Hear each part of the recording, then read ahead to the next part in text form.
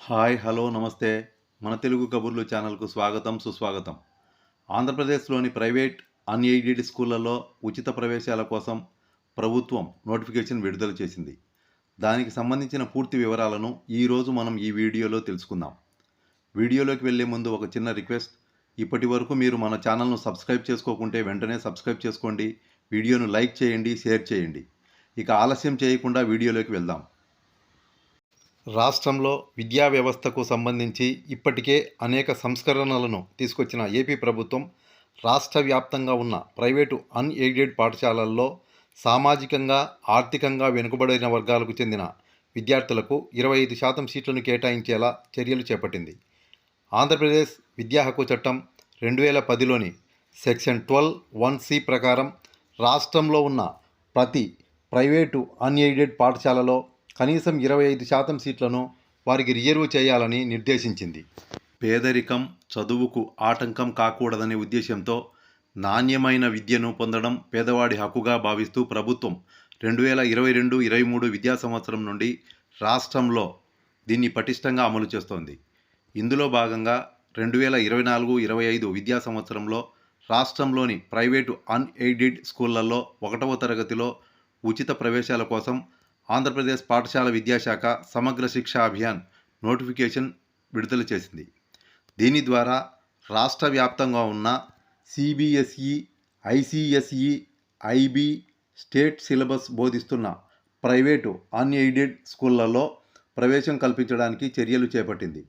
దీనికి సంబంధించిన అర్హతలను పరిశీలిస్తే 5 నుండి 6 సంవత్సరాల మధ్య వయసు కలిగిన ప్రతికూల పరిస్థితులు ఎదుర్కొంటున్న పిల్లలు, అంటే అనాథలు, హెచ్ఐవి బాధిత పిల్లలు, దివ్యాంగులు, ఎస్సీ ఎస్టీ వర్గాలతో పాటు ఆర్థికంగా వెనుకబడిన వర్గాల్లోని మైనార్టీలు, బీసీలు, ఓసీలు ఈ పథకం కింద ఉచితంగా సీట్లు పొందడానికి అర్హులు.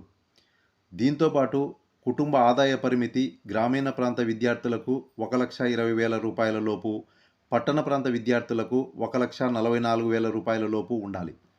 అర్హత కలవారు మార్చి 25వ తేదీలోపు గ్రామ సచివాలయాల్లో కానీ, మండల విద్యాశాఖాధికారి కార్యాలయాల్లో కానీ, మీ సేవ కేంద్రాల్లో కానీ ఆన్లైన్లో దరఖాస్తు చేసుకోవాల్సి ఉంటుంది.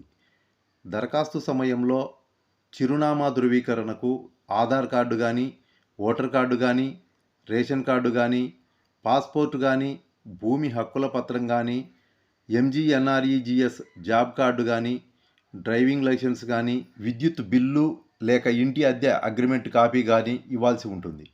వీటితో పాటు కులం, ఆదాయ ధృవీకరణ పత్రాలు ఇవ్వాల్సి ఉంటుంది.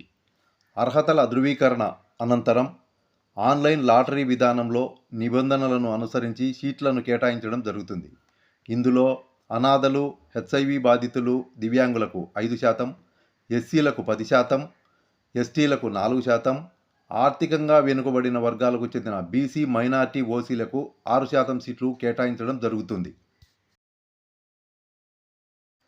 ఈ పాఠశాలల్లో సీట్లు పొందిన విద్యార్థులు చెల్లించాల్సిన ఫీజుల వివరాలు ఇలా ఉన్నాయి.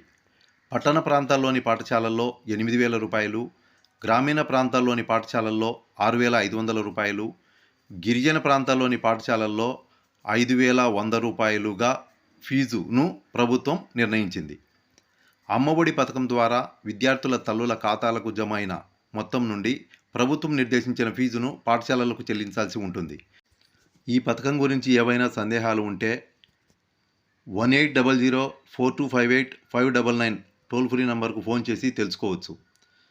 ఉచితంగా సీట్లు పొందడానికి అర్హత గల ప్రతి ఒక్కరూ ఈ అవకాశాన్ని సద్వినియోగం చేసుకోవాలని కోరుకుంటున్నాను. Thank you for watching this video. మరో మంచి వీడియోతో మళ్ళీ కలుద్దాం. నమస్తే.